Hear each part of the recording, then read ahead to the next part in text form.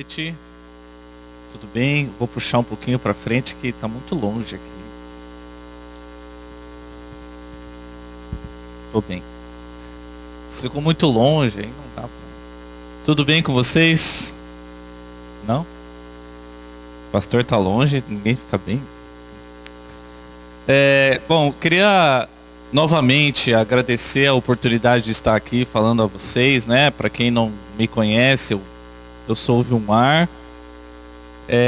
Eu faço mestrado em teologia na Concórdia, né? E estou aqui no Canadá fazem aproximadamente uns 7 meses, 8 meses, tá? Eu comecei em setembro do ano passado. Queria agradecer, né? E estive aqui no Natal falando aqui para vocês, né? Para os visitantes também, muita gente de fora. Foi uma bênção, né, gente? Foi bom, né? Quem estava aqui no Natal? Não tinha tanta gente assim, ó. Perderam, gente. Foi bom, foi bênção, né? Espero que nesse Natal vocês possam vir. E queria agradecer novamente o pastor Cleidemir, né? E que me deu essa responsabilidade de cuidar das ovelhas dele, né? Pelo menos por uma mensagem. E que é uma responsabilidade muito grande, né? Lidar com as coisas de Deus é uma responsabilidade muito grande. Nós temos que ser muito sábios, né? Quando fazemos isso. E agradecer também todo o suporte que recebi durante a semana do pessoal que organiza o culto aqui, o pessoal da música, o pessoal da tradução que se preocupou em ter o material para que a gente possa disponibilizar isso, né, para as pessoas que não falam português. E gente, isso é genial. Isso ser igreja é ser relevante para fora, né? Ser igreja é fazer diferença para aqueles que estão do nosso lado, né? Não ficarmos aqui num clubinho dos 12. Jesus não ficou no clubinho dos 12, né? Jesus expandiu o seu ministério. Eu acho que ser igreja é isso, né? Nos relacionarmos com quem está com quem está fora. Então eu agradeço, né, a oportunidade. Eu espero que eu possa sabiamente, não por orgulho, mas pela responsabilidade de estar aqui, sabiamente passar e tentar expor um pouco daquilo que Deus falou ao meu coração quando eu preparei esse sermão. E eu sou um cara que pode me chamar de Vilmar, não precisa me chamar de pastor Vilmar, pode me chamar de Vilmar. Eu sou um cara que gosta muito de ler a Bíblia e estudar a Bíblia, né? Eu gosto de ir a fundo. Eu não sei se você é assim, mas eu sou muito daqueles caxias, né? Não sei se usam essa palavra, alguns conhecem essa palavra, mas eu gosto muito de ir a fundo. Mas como isso? Como pode ser, né? Como que a terra estava sem forma e vazia e aí Deus criou? Já pensaram nesse tipo de questão, né? Então eu gosto desse tipo de assunto. E eu sou um cara que quando prega e quando expõe a Bíblia, eu gosto de entender cada versículo da Bíblia, né? Eu acho que cada versículo, cada palavra tem um significado, né? Elas não estão na ordem que estão de maneira aleatória, né? Então cada palavra tem um sentido e eu gosto muito de entender esse sentido. Então, para a gente entender, e muito obrigado porque eu não escolhi nenhuma música para cantarem aqui, porque todas foram ótimas, né? E parabéns aí pelo grupo de louvor, e que bênção, né? Porque tem muito a ver daquilo que eu vou falar hoje, olha só, né? Então, vamos abrir a Bíblia, por favor, em Efésios 1. Efésios 1. Efésios 1. E nós vamos ler do versículo 3 ao versículo 14, tá? Eu vou pedir para que você mantenha a sua Bíblia aberta durante a mensagem, porque nós vamos voltar à Bíblia a toda hora, né? Eu acredito que a Bíblia responde a própria Bíblia, né? Se eu tenho alguma dúvida, eu vou para a Bíblia perguntar a resposta, né? Então toda hora nós vamos fazer esse back and forward, né? Essa ida e volta, né? Nas escrituras para que a gente possa entender um pouquinho mais sobre esse texto. E a minha versão é a NVI, eu não sei exatamente qual versão que vocês têm aqui, tá? Mas a minha versão, Efésios 1, versículo 3 a 14, diz assim: Bendito seja o Deus e Pai de nosso Senhor Jesus Cristo, que nos abençoou com todas as bênçãos espirituais nas regiões celestes em Cristo. Porque Deus nos escolheu nele antes da criação do mundo, para sermos santos e irrepreensíveis em sua presença. Em amor nos predestinou para sermos adotados como filhos por meio de Jesus Cristo, conforme o bom propósito da sua vontade, para o louvor da sua gloriosa graça, a qual nos deu gratuitamente no amado. Nele temos a redenção por meio do seu sangue, o perdão dos pecados de acordo com as riquezas da graça de Deus, a qual ele derramou sobre nós com toda a sabedoria e entendimento. E nos revelou o ministério da sua vontade, de acordo com o seu bom propósito, que ele estabeleceu em Cristo. Isto é, de fazer convergir em Cristo todas as coisas celestiais, terrenas, na dispensação da plenitude dos tempos.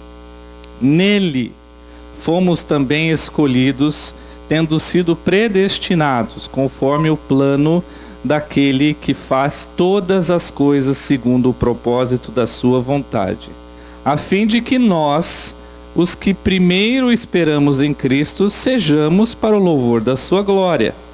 Nele, quando vocês ouviram e creram na palavra da verdade, o evangelho que os salvou, vocês foram selados com o Espírito Santo da promessa, que é a garantia da nossa herança e até a redenção daqueles que pertencem a Deus para o louvor da sua glória. Amém? Vamos orar, gente? Senhor, muito obrigado, Pai. Muito obrigado porque estamos em um país onde podemos abrir a Bíblia publicamente. Muito obrigado porque o Senhor um dia tocou ao nosso coração. Muito obrigado porque o Senhor nos trouxe aqui essa noite. Muito obrigado porque o Senhor, ao longo da nossa história de vida, tem revelado o seu propósito a nós. Muito obrigado porque a sua salvação transforma a nossa vida. Muito obrigado porque a sua salvação transforma os nossos valores. Muito obrigado porque a sua salvação nos tirou da desgraça que vivíamos antes. Muito obrigado, Pai. Abra o nosso coração. Abra a nossa mente para aquilo que o Senhor quer. Em nome de Jesus que eu oro. Amém. Queridos, eu não sei o quanto você conhece sobre a carta de Efésios. Efésios é uma carta um pouquinho diferente das cartas de Paulo. Alguns dizem que, na verdade, que Paulo, quando ele escrevia suas cartas, ele tinha alguns assistentes que escreviam para ele. E provavelmente esse assistente é diferente daquele que é o cara que escreveu Romanos, por exemplo, Gálatas. Por quê? Porque a linguagem de Efésios é bem diferente, né? A maneira carinhosa, a maneira afetuosa, a maneira certa de compaixão de Efésios é muito parecida com a segunda carta de Pedro. Então eu não sei se você já teve a oportunidade de comparar 2 Pedro e Efésios. Você vai ver que é uma carta que é muito pastoral, é muito afetuosa, é muito sensível, né? E a mensagem da carta de Efésios, ela está relacionada ao louvor a Deus.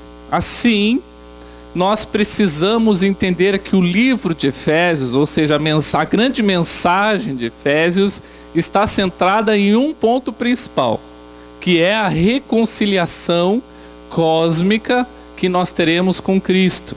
Ou seja, o nosso encontro final com o Mestre. o nosso encontro final com o rabi daquele tempo. Jesus era um rabi, era um rabino, era um novo mestre. Então, Paulo está escrevendo essa mensagem, ou está ditando essa mensagem de uma maneira muito afetuosa.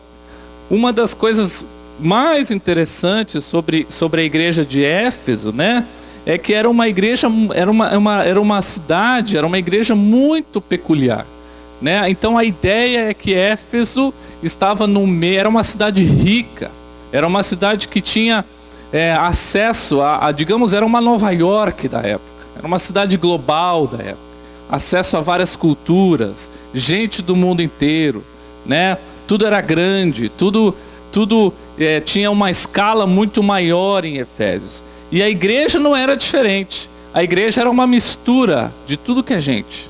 A igreja era gente daqui, gente de lá, uma escala um pouquinho maior daquilo que é aqui, né? Aqui tem gente do sul, do norte, do nordeste. Imagina a igreja de Efésios, só que no mundo inteiro, né? Então essa era a ideia da igreja de Éfeso, né? Então a ideia é o quê? Que Éfeso tem essa mensagem. Olha, não olhemos para a igreja, não olhemos para a instituição, não olhemos para o pastor, olhemos para Cristo. É isso que ele está falando em Efésios. Olha, não olhemos para a instituição igreja. Quantos aqui, inclusive eu, saímos decepcionados com a igreja de vez em quando? Eu não sei se você veio para cá, para o Canadá evangélico ou não. Eu não sei se você veio já com alguma experiência religiosa ou não. Mas eu já vim com algumas decepções dentro de igreja na minha vida. E olha que eu só tenho 31 anos, né? Então a ideia é o quê? Que muitas vezes nós olhamos para a instituição. Nós olhamos assim, olha, mas aquela instituição, aquele pastor, né? Ou aquele modelo, né? Aquilo não me agrada. Então o que Paulo está fazendo aqui? Olha, esquece instituição. Olha, esquece a estrutura. Olhe para Cristo. Esse é o conceito da carta. Esse é o conceito da carta. Não olhe para a igreja, olhe para Cristo. Voltando ao versículo 3. Versículo 3 diz assim: Bendito seja o Deus Pai de nosso Senhor Jesus Cristo, que nos abençoou com todas as bênçãos espirituais nas regiões celestiais em Cristo. E aí é o que a gente pergunta, né? E o que o apóstolo nos ensina aqui é o quê? É que as bênçãos são espirituais. E que nós devemos agradecer a Deus em qualquer circunstância, pois as bênçãos não são terrenas. E aí eu quero fazer uma reflexão com vocês essa noite. O que será que nós podemos chamar de bênção? Ganhar um carro é uma bênção? Comprar uma casa é uma bênção? Ter um filho é uma bênção? Eu estava pensando essa semana que na verdade Deus nos dá a coisa muitas vezes para nós aprendermos a ser um pouquinho menos individualistas. Eu não tenho filhos, mas sou casado, e Deus me deu uma esposa, e sabe o que eu aprendi casando? Que eu não sou o centro do mundo. Provavelmente para você que tem filho, Deus te deu um filho, sabe para quê? Para você aprender o que é amor incondicional. Então, eu fico imaginando que muitas vezes nós vivemos numa simplicidade de coisas. Ganhamos uma cadeira, olha que bênção. Gente, não é isso, não é bênção. As nossas coisas não são terrenas. As nossas coisas não são materiais. As nossas coisas não são contáveis. As nossas bênçãos são celestiais. E eu fico imaginando aquilo que Deus nos dá às vezes, e nós ficamos, olha, eu gosto de usar uma expressão, uma história que muitas vezes vocês, não sei se fazem muito isso aqui, mas lá eu sou de Curitiba, e o pessoal gosta de Curitiba, gosta muito de churrasco, né? O pessoal do sul lá também gosta muito de churrasco, né? E aí churrasco você quer aquela coisa, você vai comendo a linguicinha, e aí tem a linguicinha, a maionese e tal, e aí você começa a comer, e quando chega a carne mesmo, né? O bifão, aquela coisa, aí você quase não aguenta comer. Porque você já se encheu de linguiça. Já aconteceu isso com você, não? Acontece comigo também, não tem problema não. Gente, eu acho que muitas vezes a nossa vida espiritual é isso. A gente vai se contentando com as linguicinhas. A gente vai se contentando com as coisinhas pequenas. A gente vai se contentando com as coisinhas terrenas. E aí quando Deus às vezes quer nos dar algo grande, nós não entendemos. Vocês conseguem fazer essa analogia do que eu fiz ou fui muito fora? Porque muitas vezes nós nos preocupamos com as coisas terrenas. Nós queremos construir a nossa casa, o nosso sonho, fazer o nosso projeto, um projeto Quebec, né? E nós fazemos isso. E às vezes a gente esquece, se preocupa tanto com isso, que a gente esquece o que ele está falando aqui no versículo 3. Olha, as bênçãos são terrenas. E aí eu faço a pergunta, quais são as bênçãos espirituais que você tem? Qual é aquilo de valor espiritual que você está crescendo e está cultivando na sua vida? Eu fico imaginando os sheiks do petróleo. Muito dinheiro. Não sei se alguém aqui já foi para Dubai, mas é uma coisa linda, você vê pela televisão. Ouro, tudo grande, tudo vidro, coisa chique. Queridos, nada disso, nada do que é material se compara às coisas de Deus. Nada. Toda a riqueza do mundo não é nada para Deus. Paulo revela que através do Evangelho, Deus revela Cristo e o seu amor para conosco. E Cristo é a maior bênção que nós podemos ter. Ele é a maior bênção. Ele é. E é que a gente precisa entender o que a nossa vida cristã, ela não gira, ela não está centrada nas coisas da terra. Ela não está centrada em adquirir coisas, em termos coisas. A nossa vida cristã, ela está centrada e deve estar centrada no céu. Porque é para lá que nós vamos. Nós vamos morrer, não vamos levar nada. Então a ideia é que Paulo está falando assim, olha, as nossas bênçãos são bênçãos celestiais. Por quê? Porque nós conhecemos o Cristo, o maior de todos os tesouros, a maior de todas as riquezas. E é nele, em Cristo, que nós temos que colocar o nosso coração. Não é isso que cantamos aqui? É nele. Claro que é bom ter coisas, é bom ter uma casinha legal, mas não vamos fazer isso a razão da nossa vida, queridos. Não vamos mudar o foco. Por favor. Versículo 4.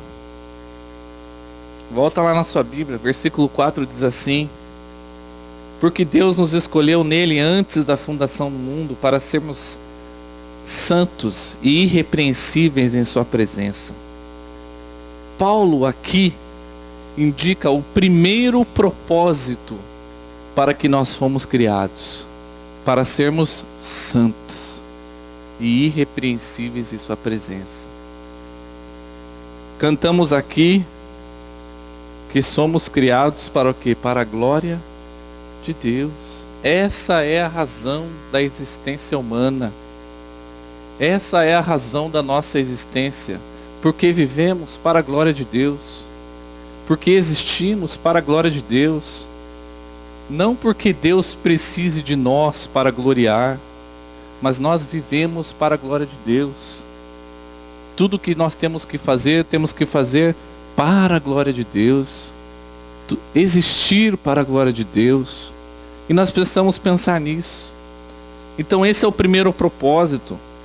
O propósito é sermos santos. A glória de Deus é a finalidade mais elevada. Essa é a busca que nós precisamos ter na nossa vida. Esse é o verdadeiro propósito. Essa é a verdadeira essência que nós precisamos ter. Buscar a glória de Deus. Eu quero que você vá comigo lá para Colossenses. Colossenses 1. Não é tão longe de Efésios assim. É do lado. Colossenses 1, 22, na verdade de 21 até 23. Diz assim: E a vós outros também, que outrora éreis estranhos e inimigos no entendimento das vossas obras malignas, agora porém vos reconciliou no corpo da sua carne, mediante a sua morte, para apresentar-vos perante ele santos, inculpáveis, irrepreensíveis, se é que permaneceis na fé, alicerçados firmes, não vos deixando afastar da esperança do evangelho que ouvistes e que foi pregado a toda criatura debaixo do céu, do qual eu, Paulo, me tornei ministro. Essa é a essência humana. Somos criados para a glória de Deus, para sermos santos. Santos não como super benevolentes, santos não como a essência da caridade humana, porque, queridos, não conseguimos. A nossa natureza às vezes não permite. Santos porque somos separados por Deus. Santos porque um dia Ele nos escolheu. 1 Tessalonicenses, abre comigo lá, por favor. 1 Tessalonicenses 3, versículo 11 a 13. Diz assim: Ora, o nosso mesmo Deus e Pai e Jesus, nosso Senhor, dirijam-nos o caminho até vós, e o Senhor vos faça crescer e aumentar no amor um para os outros, e para com todos, como também nós para convosco, a fim de que seja o vosso coração confirmado em santidade, isento de culpa na presença de Deus e Pai na vinda do nosso Senhor Jesus Cristo. Assim, esse é o propósito que Deus nos tem, para sermos santos e buscar viver a glória de Deus. Mas isso tudo em Cristo. Sem Cristo nada disso é possível. Sem Cristo somos podres. Essa que é a verdade. Certa história diz que um grupo de amigos encontra aquele outro amigo que anteriormente havia se desgarrado do grupo, porque esse outro começou a ir à igreja e se converteu. E aí eles foram perguntar: mas por que você saiu do nosso grupo? A gente ia pro bar, a gente ficava bêbado lá, tranquilo, sossegado na nossa vida. E por que você não está mais com a gente? E quem é essa igreja? O que essa igreja te faz para você mudar a sua história? E ele falou assim: olha, eu não sei, mas antes eu batia na minha mulher e hoje eu não bato mais. Olha, antes eu ficava bêbado e aquilo era a maior alegria da minha vida. Hoje eu não preciso mais ficar bêbado para ter alegria. Antes a minha vida era sem sentido e agora que eu encontrei a Cristo, a minha vida tem um outro significado. Então, a ideia é justamente isso. Nós devemos nos santificar, nós devemos olhar para nós mesmos, transformar a nossa mente ao fato de que Ele nos escolhe, e ao entender isso, nós precisamos responder isso. Nós precisamos responder a essa escolha de Deus em uma forma de santificação. Querido, ser santo, não porque eu sou religioso. Ser diferente, não porque eu supostamente tenho uma fé. Ser diferente como resposta à minha fé. Ser diferente porque aquilo que eu acredito me faz ser diferente. Conseguem entender a diferença? Eu preciso ser diferente porque Cristo me faz diferente. Versículo 5 ao versículo 7. Tem uma expressão que eu gosto aqui que diz assim: segundo a riqueza da sua graça, né? No versículo 6 diz: para o louvor da sua gloriosa graça. Efésios, voltei para Efésios, desculpa. Vamos lá, então Efésios 5 a 7 diz assim: em amor nos predestinou para sermos adotados como filhos por meio de Jesus Cristo, conforme o bom propósito da sua vontade, para o louvor da sua gloriosa graça, o qual nos deu gratuitamente no amado. Nele nós temos a redenção por meio do seu sangue, o perdão dos seus pecados, e de acordo com as riquezas da graça de Deus. Então o crente reconciliado, nós adotados, nós perdoados, nós devemos dar todo o louvor à glória de Deus. A nossa união com Cristo, nós teremos a oportunidade de que participaremos de um momento muito maior, de um culto celestial. O benefício particular que Paulo escolhe mencionar aqui, a remissão dos pecados, essa é a única bênção futura que nós já experimentamos aqui. Quando nos convertemos, quando aceitamos a Jesus, somos remidos dos nossos pecados. Somos transformados da nossa velha natureza. Não que não pecamos quando nós nos convertemos. Não que não sejamos santos e inerrôneos. Nós pecamos, mas nós não vivemos para o pecado. O pecado passa a ser uma exceção em nossa vida. A grande bênção de Deus e que nós podemos aqui já compartilhar e já viver nessa terra é que essa graça futura, né? Essa bênção de uma vida santa, de uma vida plena com Cristo, nós já podemos experimentar aqui em parte. E isso é muito legal. Lutero, 1953, já assistiram esse filme? Já assistiram Lutero? O filme Lutero? Se você tiver oportunidade no YouTube, Lutero lá, coloca Lutero 1953. É o primeiro filme que foi feito sobre Lutero. É um filme preto e branco, tá? Já vou assim, é um filme. Gosta de filme velho? Gosto, tá? É um filme preto e branco. E aí conta, eu gosto muito desse filme sobre o Lutero, que ele mostra um pouquinho mais da história do Lutero, não depois como o segundo filme, mas mostra um pouquinho mais antes. E aí Lutero, ele começa a questionar aquilo que a Igreja Católica Romana fazia na época, que era o quê? Vender as indulgências. Olha, então você compra um papelzinho aqui que a gente garante que a vida do seu ente querido vai ser um pouquinho melhor na eternidade. A gente garante um perdão de não sei quantos anos e tal. E Lutero, ele começa a se revoltar contra isso. Lutero começa a ver que o propósito da igreja não é mais Deus. Lutero começa a ver que o propósito da igreja é vender indulgências. E aí ele começa a ler Romanos e ele para em Romanos 1,17, que diz assim: olha, o justo viverá pela fé. E aí o Lutero chega ao seu superior e ele fala: olha, leia isso. Leia Romanos 1,17. E aí ele lê Romanos 1,17 e o seu superior fala assim: mas o que será da igreja? O que será da igreja sem as indulgências? O que será da igreja sem essas mercadorias? E aí o que eles precisam? A igreja precisa do que então, Lutero? E Lutero fala assim: eles precisam de Cristo. É a única coisa que eles precisam. De Cristo.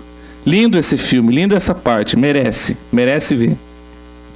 Então, muitas vezes, nós entendemos que lutamos e conquistamos as coisas e vivemos uma vida espiritual.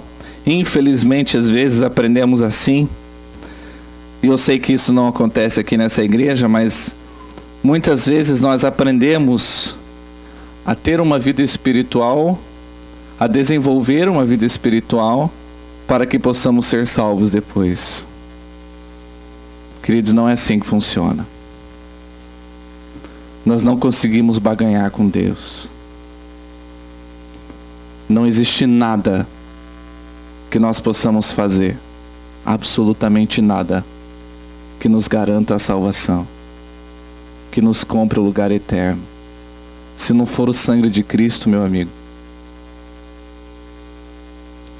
E eu gosto muito, e sabe a música do Paulo Baruch? Já viram Ele Continua Sendo Deus, do Paulo Baruch? E quando eu escuto aquela música e quando eu leio aquela letra, eu fico imaginando e pensando justamente isso, porque muitas vezes nós vivemos em busca da salvação e não vivemos como resultado da salvação. E aí Paulo Baruch nessa música ele fala assim, olha, aconteça o que acontecer, Ele continua sendo Deus.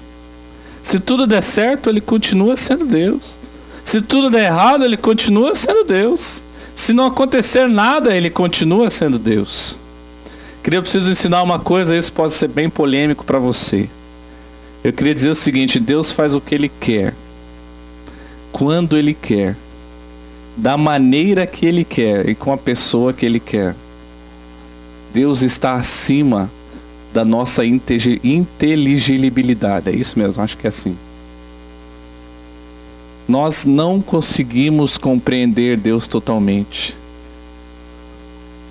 Se Deus quiser fazer algo ruim na nossa vida para que nós possamos louvá-lo, depois Ele vai fazer. E nós precisamos ter olhos abertos a isso. Por isso que a gente volta lá no primeiro versículo que a gente leu, o que é bênção? Deus é Deus e Deus é bom só quando coisas boas acontecem? Não. Nós precisamos ter olhos abertos. Deus faz o que quer, da maneira como Ele quer, porque isso é a sua graça. Isso é a sua graça. A sua graça nos ensina. A sua graça nos constrange. A sua graça, principalmente, nos transforma. E essa vida transformada tem que ser a resposta pela graça de Deus. Versículo 5, versículo 8. Efésios. A qual Ele derramou sobre nós com toda a sabedoria e entendimento. Vou até o 10. E nos revelou o ministério da sua vontade de acordo com o seu bom propósito, que Ele estabeleceu em Cristo. Isto é, fazer convergir em Cristo todas as coisas, celestiais ou terrenas, na dispensação, na plenitude dos tempos. Eu queria conversar um pouquinho sobre essa expressão, plenitude dos tempos. Nós precisamos entender que Deus não está preso ao tempo. Existem duas palavras na Bíblia que querem dizer tempo. Você provavelmente já ouviu uma delas, que é o tempo cronos, né? Então por isso que nós temos o cronômetro, né? A cronologia, que é esse tempo que a gente pode medir em anos, em décadas, em minutos, em segundos, tá? Então esse é um tempo cronos. E esse tempo cronos, ele é um tempo limitado, porque ele tem um início e ele tem um fim. Uma hora ele começou e uma hora ele vai acabar. Um minuto não é eterno, um minuto significa um minuto. Um ano significa um ano. Então esse é um tempo cronos. Mas quando aqui Paulo está falando de Deus, ele está falando da plenitude dos tempos, Paulo não está usando cronos. Paulo está usando kairos. É uma outra concepção de tempo. Uma concepção de tempo que não está na nossa concepção de vida. Porque nós não temos o tempo kairos em nós. Deus tem o tempo kairos em nós. Tem um teólogo muito polêmico, eu não sei o que você acha dele, mas ele nesse aspecto ele foi muito, muito sábio, que é o Caio Fábio. Conhece o Caio Fábio? Então muita gente gosta, muita gente não gosta, eu não vou entrar nesse debate aqui, mas o Caio Fábio ele falou uma frase que para mim faz todo sentido, e nessa frase eu concordo com ele, que ele falou assim: Deus não existe. Esse é o título do vídeo dele. E aí eu falei, cara, olha só, ele já coloca o título para você assistir, né? E aí eu assisti o vídeo dele, e aí ele começa a argumentar, e um argumento muito lógico, um pouco existencialista, século XIX, tudo bem, mas a ideia é o quê? Que Deus não existe, Deus é. Porque se eu estou falando que existe, significa que um dia pode deixar de existir. E ele fala, a gente não pode encontrar Deus no existir ou não existir. Deus é Deus. Deus está acima do tempo. Deus criou o tempo. Quando a gente olha a narrativa de Gênesis, fala assim, faça-se a luz, né? Faça-se o dia, 1 dia, 2 dias. Ou seja, quem pode criar um tempo, se não é aquele que está acima do tempo? Então, quando a gente fala aqui em plenitude dos tempos, nós estamos falando do tempo Kairos, e não do tempo Cronos. E Paulo, quando ele fala assim em plenitude dos tempos, ele tem existem só em 2 lugares que a Bíblia tem essa expressão. A primeira é esse lugar que nós vimos aqui, Efésios 10, e a segunda é em Gálatas 4, versículo 4. Tá? Que assim nós temos o quê? Um tempo que é celestial. E quando nós falamos que Deus, na dispensação da plenitude dos tempos, nos encontrará, né? Ou seja, fazer convergir em Cristo na plenitude dos tempos, é dizer que não existe absolutamente nada, em lugar nenhum, em canto nenhum, que Cristo não possa dizer que é dele. Entenderam o que eu falei? Não existe nada em lugar nenhum, em qualquer esfera temporal, que Cristo não possa dizer que é dele. Porque tudo converge para Cristo. Nós convergimos para Cristo. Nós precisamos entender a plenitude dos tempos. A vinda de Cristo foi a última intervenção salvadora de Deus na história. Começa com Adão. Adão e Eva pecam. Depois ele dá uma chance para a humanidade. E aí vem Noé. E aí, né, a Bíblia diz o que acontece. Vamos começar tudo de novo. Vou escolher uma família de novo. E aí escolhe Noé. E aí da descendência de Noé, um deles já cai em desgraça, né? E aí então é sempre Deus dando a chance e justificando, dando a chance e punindo, dando a chance e punindo porque não consegue. Então a história da humanidade, se você for ler o Antigo Testamento, ele todo é assim. O povo se rebela, juízo, rebela, juízo, rebela, juízo, né? É um ciclo. E aí Cristo, que já era o propósito de Deus, ele vem como a última tentativa, como a última ideia, como a última intervenção salvadora de Deus. Assim, o propósito que Paulo fala aqui na plenitude dos tempos é o quê? É demonstrar o governo de Cristo como líder da igreja. E que é a igreja? A igreja de Éfeso? Não. É você. Sou eu. Então Cristo, ele é o nosso líder. Até a plenitude dos tempos. Não é esse prédio. Isso aqui pode pegar fogo, a igreja vai deixar de existir? Não. Porque nós somos a igreja. E é em nós que convergimos para Cristo. Não é esse prédio. O propósito de Deus não está limitado à salvação humana, mas sim uma intenção cósmica de fazer o céu e a terra estarem sob o controle de Cristo. Cristo é o Rei. E nós cantamos isso, que Ele já reina. Ele reina ou não reina no seu coração? Ele é o Rei. Aqui no Brasil nós não temos um pouco mais essa noção de monarquia. Alguém já assistiu aquela série The Crown?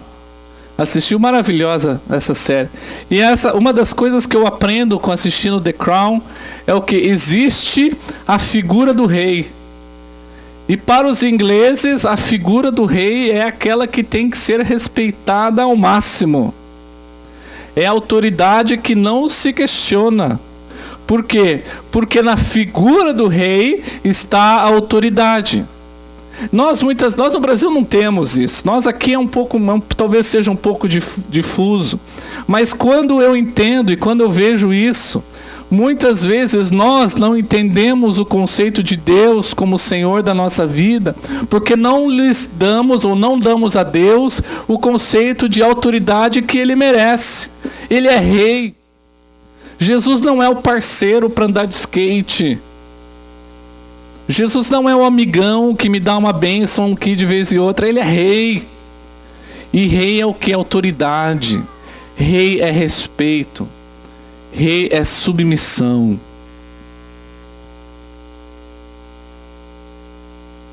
Cristo é o rei. E é nele que converge todas as coisas. Aqui nós aprendemos a sermos gratos a Deus por já estarmos unidos em Cristo. O que seria ter uma verdadeira espiritualidade se não entender que Jesus é o rei da nossa vida? Será que Deus tem sido rei em nós? Será que temos entendido a plenitude do Espírito Santo? Será que temos entendido o conceito de plenitude de Deus? Será que sabemos o que é rei? Será que não temos barganhado com Deus, como a Igreja Católica fazia? Será que não temos dito, eu preciso de Cristo, mas eu preciso de alguma coisa extra? Querido, um dos grandes erros da teologia contemporânea é não aceitar a Bíblia como palavra de Deus. E aí, se eu não aceito a Bíblia somente a Bíblia como a revelação de Deus, sabe qual o erro que eu posso ir? Bom, se só a Bíblia não é suficiente, Cristo também não é suficiente, né? Então, se só a Bíblia não é suficiente e Cristo não é suficiente, eu tenho que fazer alguma outra coisa para garantir a salvação. Vocês conseguem entender a lógica do pensamento? Gente, não é isso que a Bíblia ensina. A Bíblia ensina que as coisas convergem em Cristo. E a nossa vida tem que ser voltada para Cristo. E nós temos que viver olhando para Cristo, para as coisas do alto. Todos nós temos sonhos aqui. Você veio para esse país porque você tinha um sonho. E graças a Deus pelo seu sonho. Mas nós não precisamos viver aqui, olha, realizei o meu sonho, a vida aqui está melhor do que no Brasil. Gente, isso não vale nada, isso não é para a glória de Deus. Deus te trouxe aqui, Deus nos trouxe aqui para fazermos diferença. A grande coisa é, será que nós temos feito a diferença no reino de Deus? A grande pergunta que eu faço aqui é, será que perguntamos, Deus, o que o Senhor tem para mim? Quantas vezes oramos isso, não? O que o Senhor tem para mim? O que Deus tem para mim? E que eu vejo que cada vez que eu analiso mais as Escrituras, eu esqueço isso, que na verdade o reino de Deus não é centrado em mim. Deus não precisa de mim para fazer o que Ele precisa fazer. Mas Deus me dá a oportunidade de estar no reino dEle. Deus me dá o privilégio de estar no reino dEle. Então a pergunta não é o que Ele tem para mim, mas sim, Deus, como eu posso ajudar em seu reino? Como eu posso fazer mais na sua igreja? Como eu posso fazer mais na minha vida para ser o reflexo da glória do Senhor? Versículo 11 diz assim, nele, digo qual fomos também feitos herança, predestinados segundo o propósito daquele que faz todas as coisas, conforme o conselho da sua vontade. Não há declaração mais clara ou mais sublime em algum lugar das Escrituras que se refere à soberania de Deus. Volto àquilo que eu já falei, Deus é Deus. Deus, em seus decretos, determina as coisas que Ele quer fazer. E graças a Deus, porque nós fazemos parte disso. Graças a Deus não, obrigado Deus, porque nós fazemos parte disso. Ser cristão não é simplesmente uma transformação de vida, mas é uma vida em missão também. É uma vida aonde você chega no seu trabalho e teu chefe fala assim, mas por que você tem uma religião? É ou não é? Aqui é assim. Mas por que você acredita em Deus? O que nós temos feito com a nossa salvação? O que nós temos feito com esse privilégio? Será que nós temos entendido a vontade de Deus? Será que nós temos respeitado ou compreendido plenamente que um dia Deus nos escolheu, antes mesmo de nós nascermos? É isso que diz Isaías. E nós estamos aqui essa noite. Qual é o significado da nossa vida?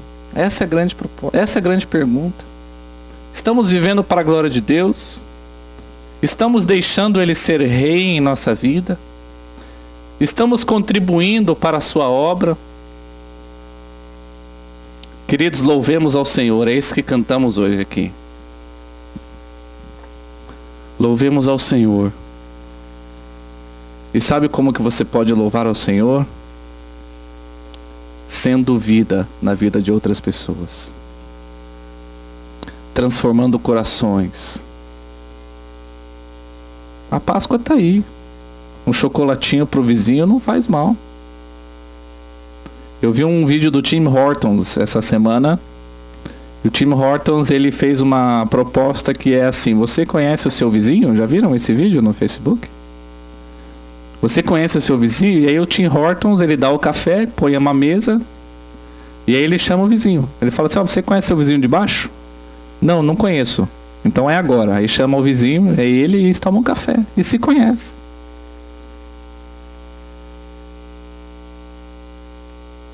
Gente, ser reflexo de Deus é ser diferença onde nós estamos. É sermos vida na vida de outras pessoas. Se for só para tomar um café, não precisa falar de Deus.